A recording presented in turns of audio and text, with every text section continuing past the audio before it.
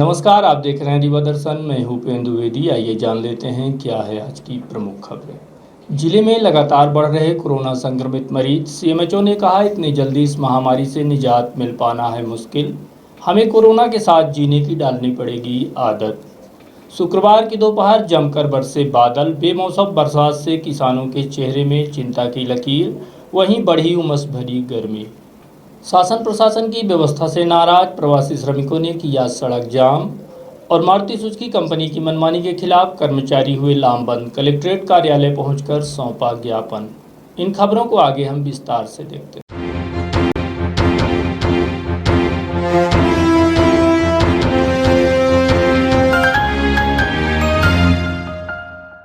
Corona के साथ जीने की डालनी होगी आदत।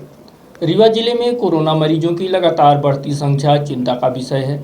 जैसे जैसे लगातार जिले में संक्रमित मरीजों की संख्या बढ़ती जा रही है, वैसे ही लोगों में भय का वातावरण निर्मित होता जा रहा है। वहीं अगर हम बात करें इस संबंध में जिम्मेदारों की, तो उनकी कार्यप्रणाली में कहीं कोई सुधार नहीं देखा जा रहा है। लापरवाही की सारी हदें पार करने से जिला प्रशासन कोई कोर कसर नहीं छोड़ रहा है। इसी बात का परिणाम है कि लगातार संक्रमण में इजाफा होता जा रहा है।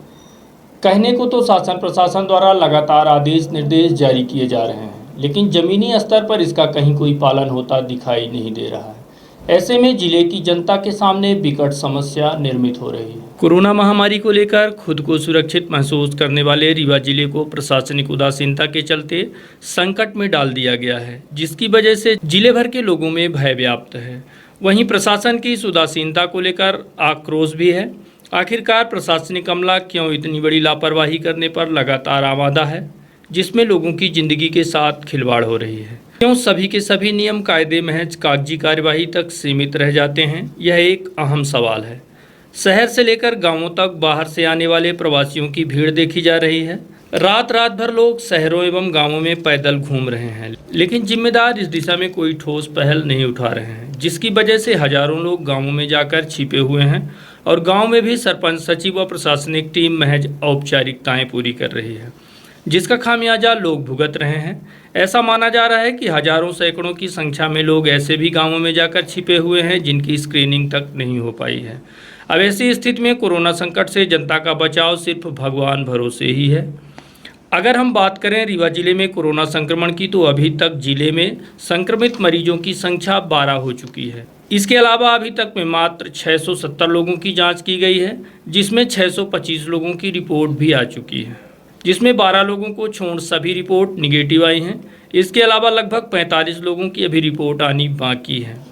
जिले भर में कोरोना संक्रमित मरीजों के साथ साथ उनके संपर्क में आए लोगों को लेकर जब हमारी बात मुख्य चिकित्सा एवं स्वास्थ्य अधिकारी से हुई, तो उन्होंने बताया कि संक्रमित मरीजों के संपर्क में आए लगभग 13 लोगों को चिन्हित कर कुछ लोगों को हाई रिस्क जोन, तो वहीं कुछ लोगों को लो रिस्क जोन में रखा गया है, जिसकी जाँच हो गई है। लेकिन मशीन खराब होने की वजह से अभी तक रिपोर्ट नहीं आ पाई है। लेकिन एक खास बात जो देखने में आई कि सीएमएचओ साहब खुद आंकड़े को लेकर कन्फ्यूज हैं। ऐसे में क्या उम्मीद की जाए?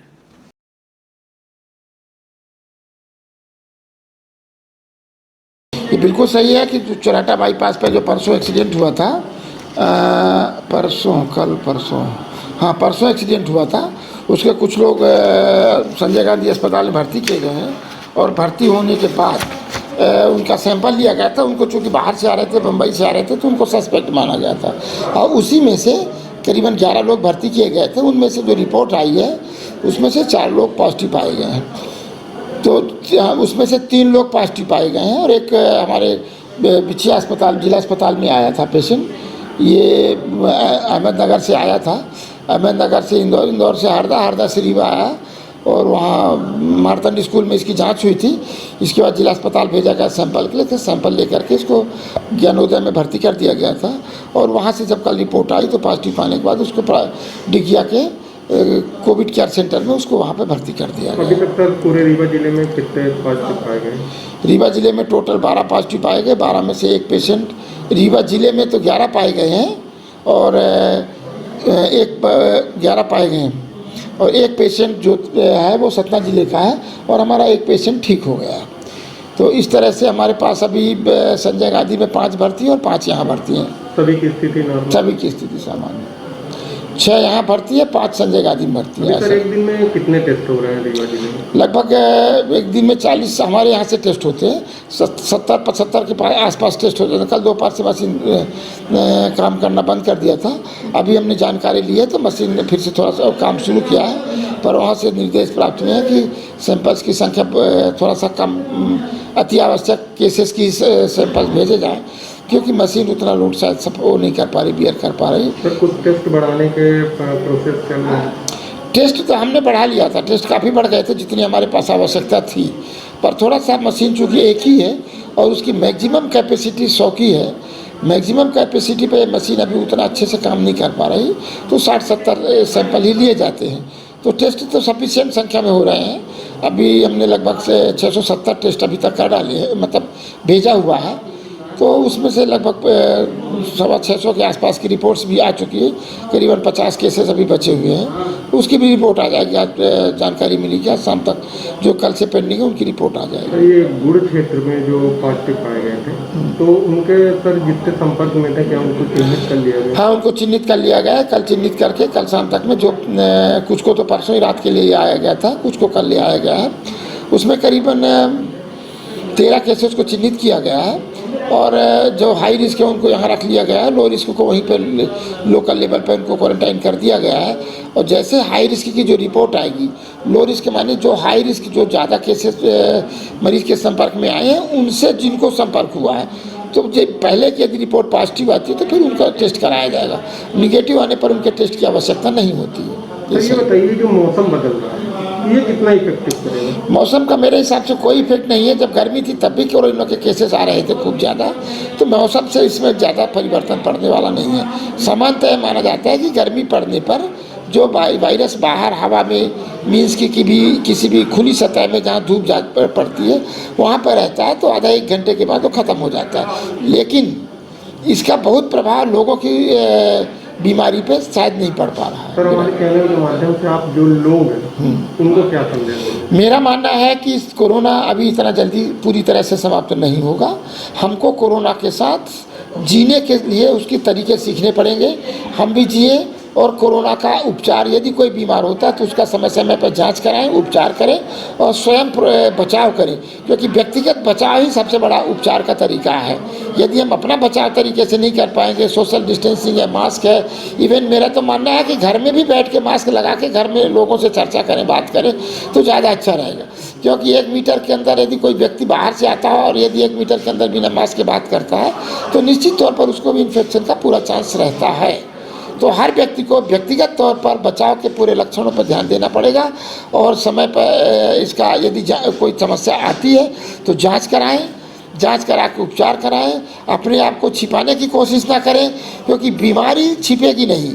जिस दिन बीमारी ने अपना पूरा प्रभाव दिखाया और यदि वो व्यक्ति छिपाता रहा तो गंभीर अवस्था में अस्पताल पहुंचेगा, और अस्पताल में यदि कम समय यदि मिला रहने का तो उसकी ज़िंदगी खतरे में पड़ सकती है।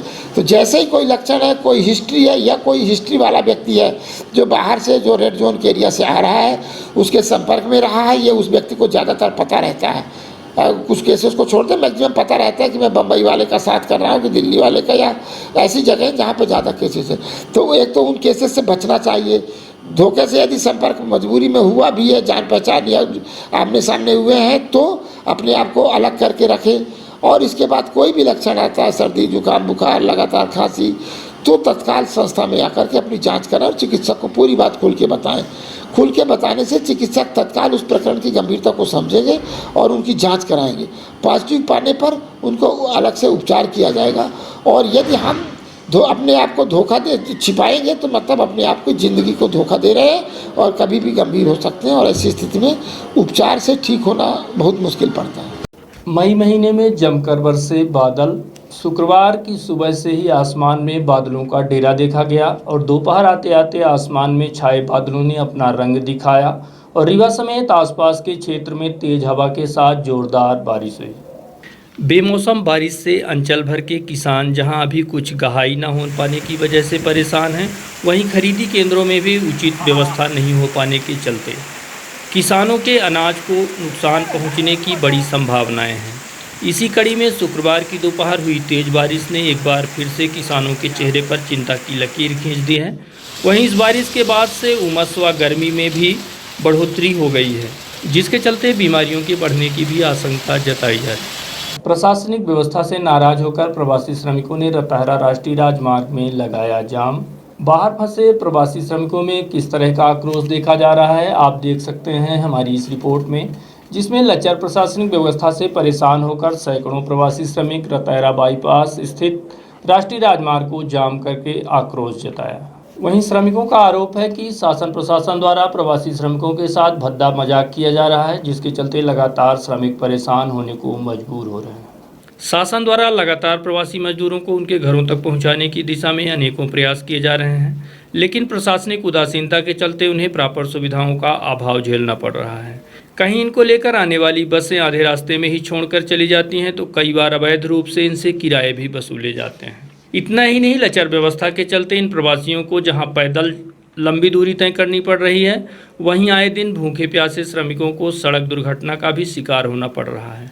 इसके बाद भी जिम्मेदार अपनी हरकतों से बाज नहीं आ रहे हैं, जबकि तमाम सरकारें इन प्रवासी श्रमिकों को हर तरह की सुविधाएं मुहैया कराने के दिशा निर्देश जारी किए हैं, लेकिन इसका कहीं खास पालन होता नहीं दिख रहा है, जिसके कारण अब प्रवासी श्रमिकों ने विरोध प्रदर्शन भी शुरू कर दिया है। आप खुद देखिए प्रवासी श्रमिकों ने किस तरह से आक्रोश व्यक्त किया है। क्यों जाम लगा? हम लोग गोल गोल घूम रहा हूँ, हम लोग परेशान हो रहा हूँ, कोई देखने वाला नहीं है। चलो वोट का टाइम आ गया तो भैया, वोट का टाइम खत्म हो गया तो नहीं करता हम लोग के लिए। आप पैदल आ रहे हैं?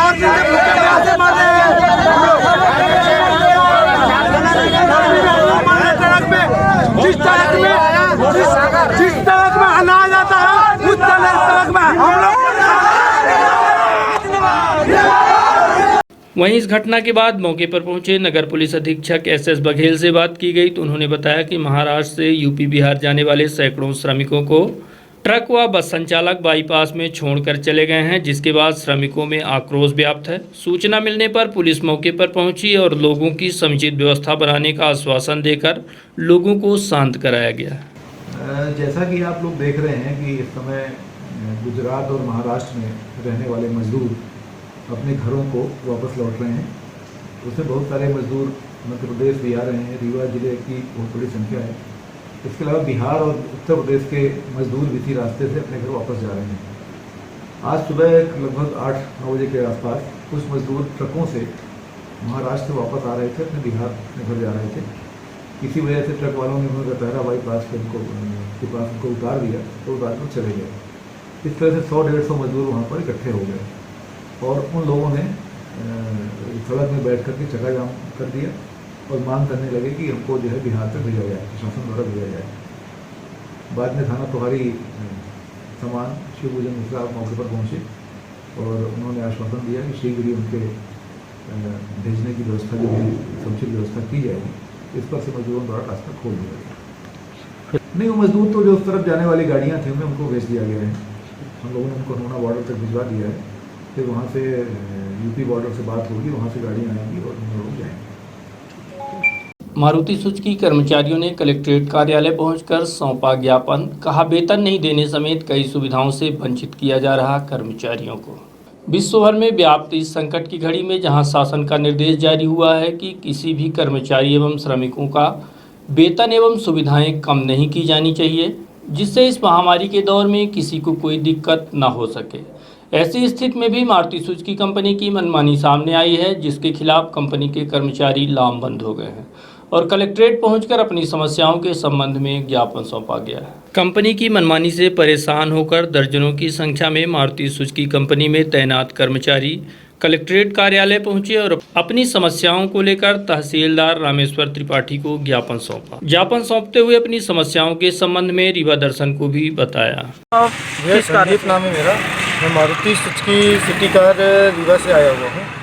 यहाँ पे हम लोग आए हैं, एक्चुअली हमारे ऑफिस में ना सैनिटाइज़र की व्यवस्था है, ना मास्क दिए गए हैं, ना ग्लव्स दिए गए हैं।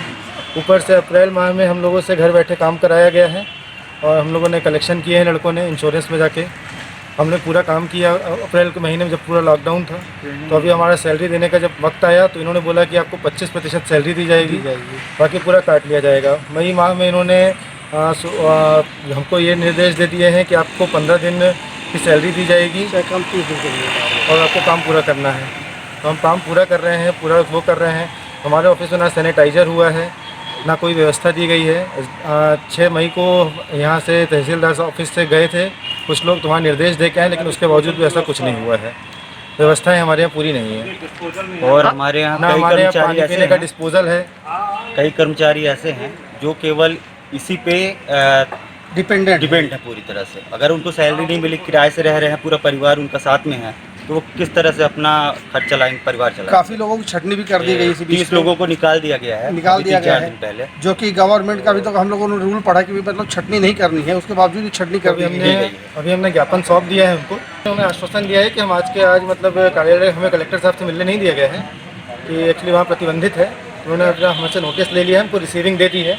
हमारे पास एक रिसीविंग पड़ी हुई है उनकी, ये हमारे पास उनकी रिसीविंग है, उन्होंने हमें साइन करके इस प्रकार से दिया हुआ है।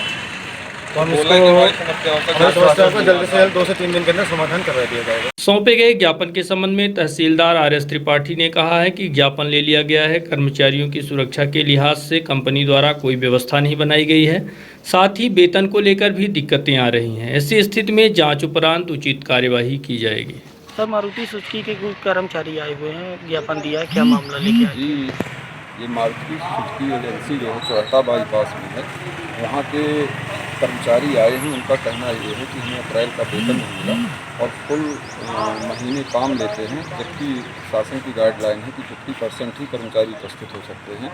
दूसरा, इनकी कोरोना से सुरक्षा के लिए कंपनी द्वारा भरपूर सैनिटाइज़र उपलब्ध नहीं कराया गया और न ही इनको मास्क उपलब्ध कराया गया है।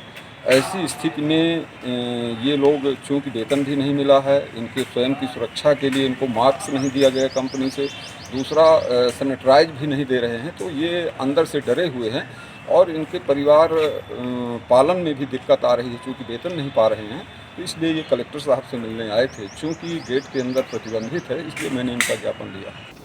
सिलपरा बाईपास से गुजरने वाले हाई टेंशन लाइट की वजह से किसान व आवासीय एरिया होगी प्रभावित, स्थानीय लोगों का विरोध जारी।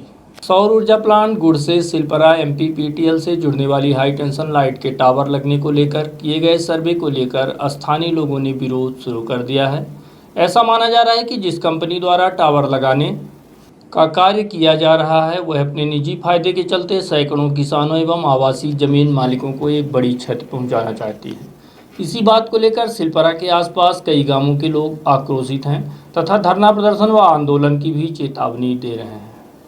प्राप्त जानकारी के मुताबिक हाई टेंशन लाइट का टावर लगाने जो सर्वे किया गया है, उसमें किसान व स्थानीय रहवासियों की बेशकीमती ज़मीन का नुकसान तो होगा ही, साथ ही वहां से गुजरने वाले बाईपास के अलावा सिलपरा से लेकर नहर को क्रॉस करने वाला प्रस्तावित फ्लाईओवर भी प्रभावित होगा।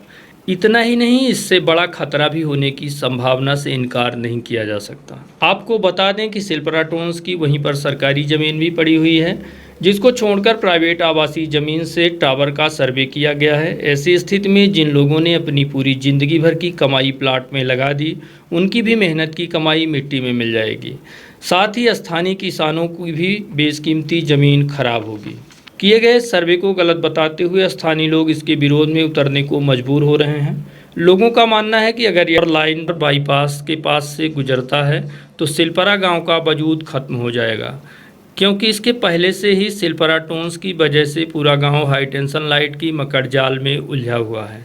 इसी स्थिति में घर बनाकर रहने वाले लोगों के ऊपर तो विपत्ति का पहाड़ टूटेगा ही, साथ ही खेती किसानी करना भी मुश्किल हो जाएगा। इस बात को लेकर स्थानीय लोगों का कहना है कि शासन प्रशासन की बड़ी साजिश का हिस्सा है, जिसके खिलाफ पुरजोर आवाज़ बुलंद की जाएगी। खाद्य विभाग की लापरवाही से हजारों क्विंटल धान हुई बर्बाद। रीवा जिले के त्योंथर और मांगी खरीदी केंद्र में खाद्य विभाग की लापरवाही सामने आई, जिसके चलते तकरीबन 42,000 क्विंटल धान समय पर उठाव न हो पाने की वजह से सड़कर बर्बाद हो गई, जिसकी गंध से अब स्थानीय लोगों को जीना मुहाल हो चुका है। इसके बाद भी जिम्मेदार इस ओर कोई ठोस कदम नहीं उठा रहे हैं। खाद्य विभाग का कहना है कि किसानों की धान को हमने खरीदा ही नहीं। वहीं किसानों का कहना है कि अगर 7 दिवस के अंदर किसानों को पैसा नहीं दिया गया तो किसान भूख हड़ताल करने को मजबूर हो जाएंगे। लॉकडाउन के चलते जहां लोग दाने दाने को मोहताज हैं, वहीं रीवा जिले के त्योंथर और मांगी खरीदी केंद्रों में तकरीबन 42,000 क्विंटल धान सड़कर पूरी तरह से तबाह हो चुकी है। बावजूद इसके जिम्मेदार प्रशासन इस मामले में अपना बचाव कर रहा है। खाद्य विभाग का कहना है कि हमने धान की खरीदी की ही नहीं। वहीं इस व्यवस्था के चलते लगभग 350 किसानों में आक्रोश व्याप्त है।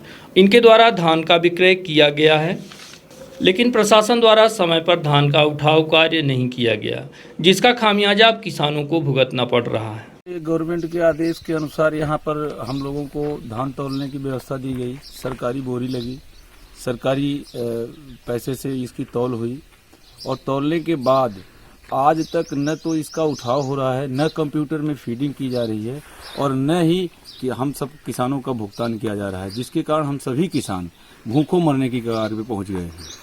लगभग 250 से 300 किसान की शिकायत हमने कलेक्टर को किया, एसडीएम को किया, माननीय मुख्यमंत्री को हमने कांग्रेस सरकार में कमलनाथ जी को लिखा पत्र, लेकिन आज तक न कांग्रेस सरकार में न बीजेपी सरकार में कोई सुनवाई इस धान की नहीं हो रही। अगर 7 दिवस के अंदर इस धान के लिए कोई कार्यवाही नहीं की जाती है तो हम समस्त किसान अपने अपने घरों में भूख हड़ताल करने के लिए मजबूर होंगे, क्योंकि अगर धान का भुगतान नहीं होता है तो वैसे भी हम लोग भूखों मरेंगे।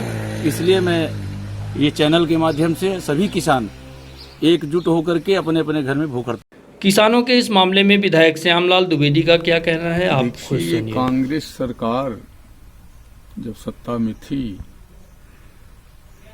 तो हमने 2 बार प्रयत्न करके पोर्टल खुलवाने का प्रयत्न किया। ये बहुत पहले पोर्टल बंद कर दिया था और धान की खरीदी बंद हो गई थी। भोपाल जाकर प्रमुख सचिव से खाद्य नागरिक आपूर्ति के मिलकर और 2 बार पोर्टल हमने खुलवाया और धान की खरीदी हुई।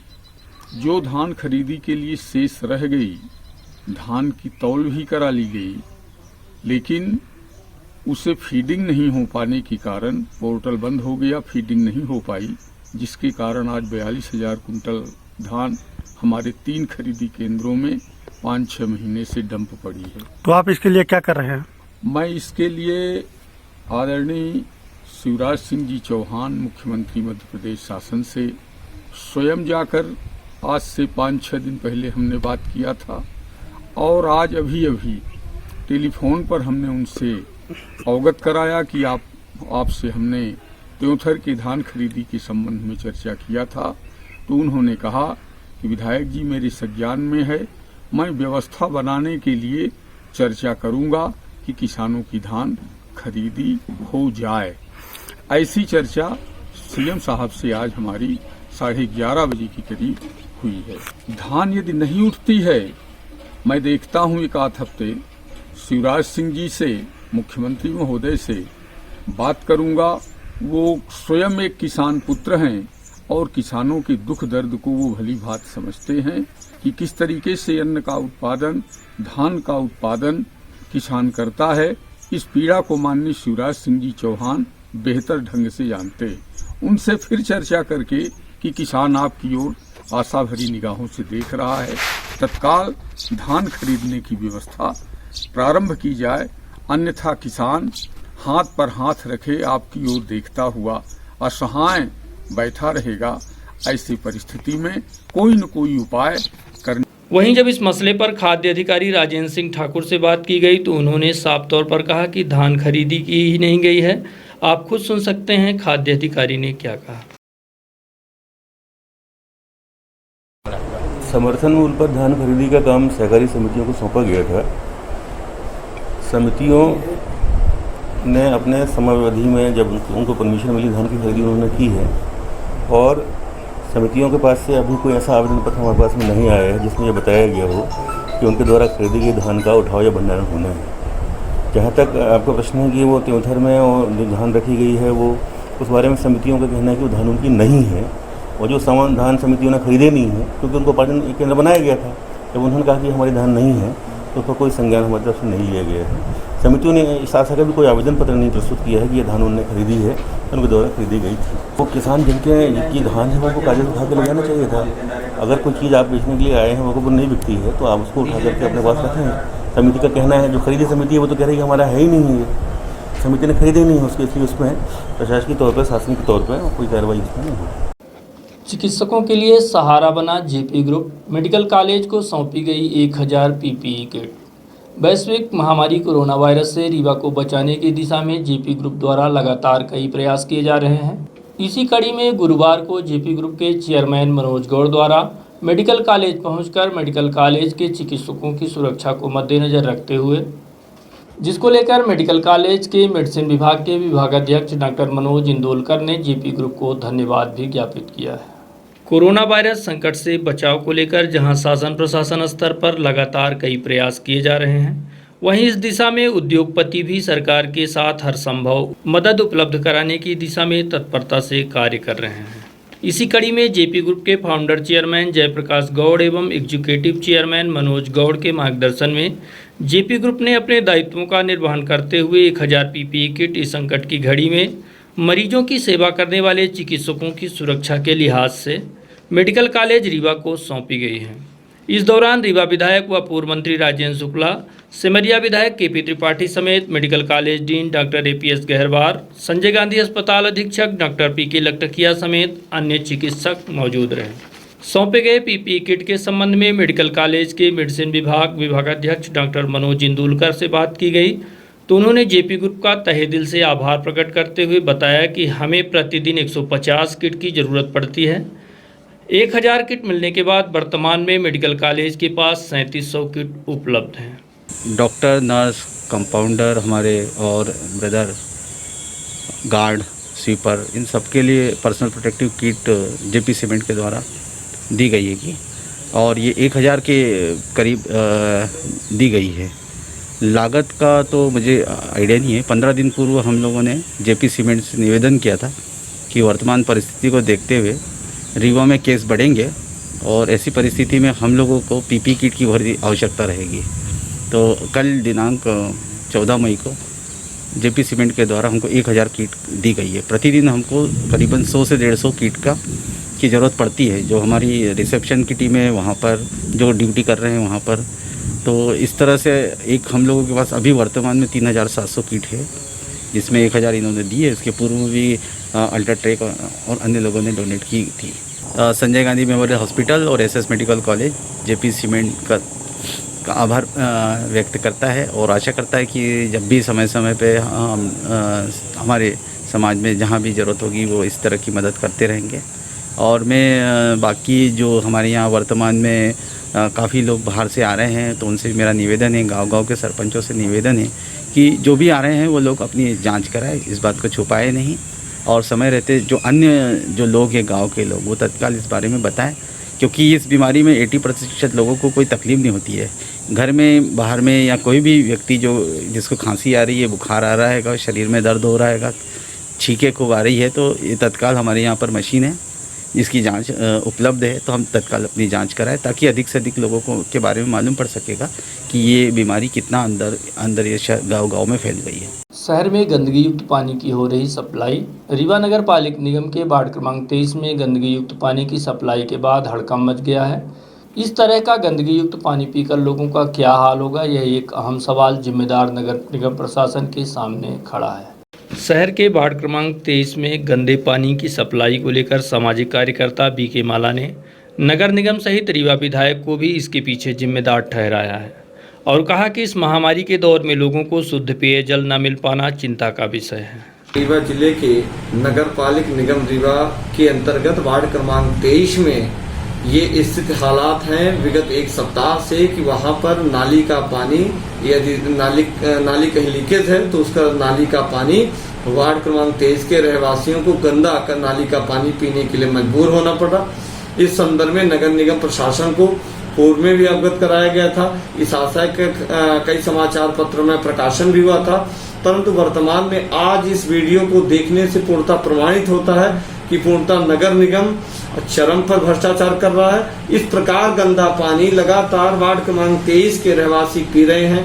इसमें तत्कालीन माननीय मंत्री जी, मध्य प्रदेश शासन श्री राजेंद्र शुक्ला जी का भी वार्ड है और वो इस वार्ड के रहवासी भी हैं। बड़े दुर्भाग्य के साथ कहना पड़ रहा है कि चाहे वो मंत्री जी हो, चाहे विधायक हो, चाहे सांसद हो, चाहे आम जनता हो, परंतु हर वार्डों की निगरानी उसी शुचिता, उसी ईमानदारी के साथ नगर पालिक निगम रीवा को करनी चाहिए। और यदि एक सप्ताह से लगातार ऐसा गंदा पानी आ रहा है तो निश्चित तौर से नगर निगम प्रशासन की ये घोर लापरवाही है और नगर निगम प्रशासन के वरिष्ठ उच्च अधिकारियों को और दायित्व जो सौंपे गए हैं, जो नल जल योजना के अधिकारी हैं, उनके विरुद्ध कार्रवाई होनी चाहिए।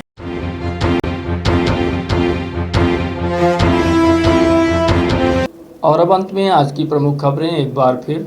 जिले में लगातार बढ़ रहे कोरोना संक्रमित मरीज। सीएमएचओ ने कहा, इतनी जल्दी इस महामारी से निजात मिल पाना मुश्किल, हमें कोरोना के साथ जीने की डालनी पड़ेगी आदत।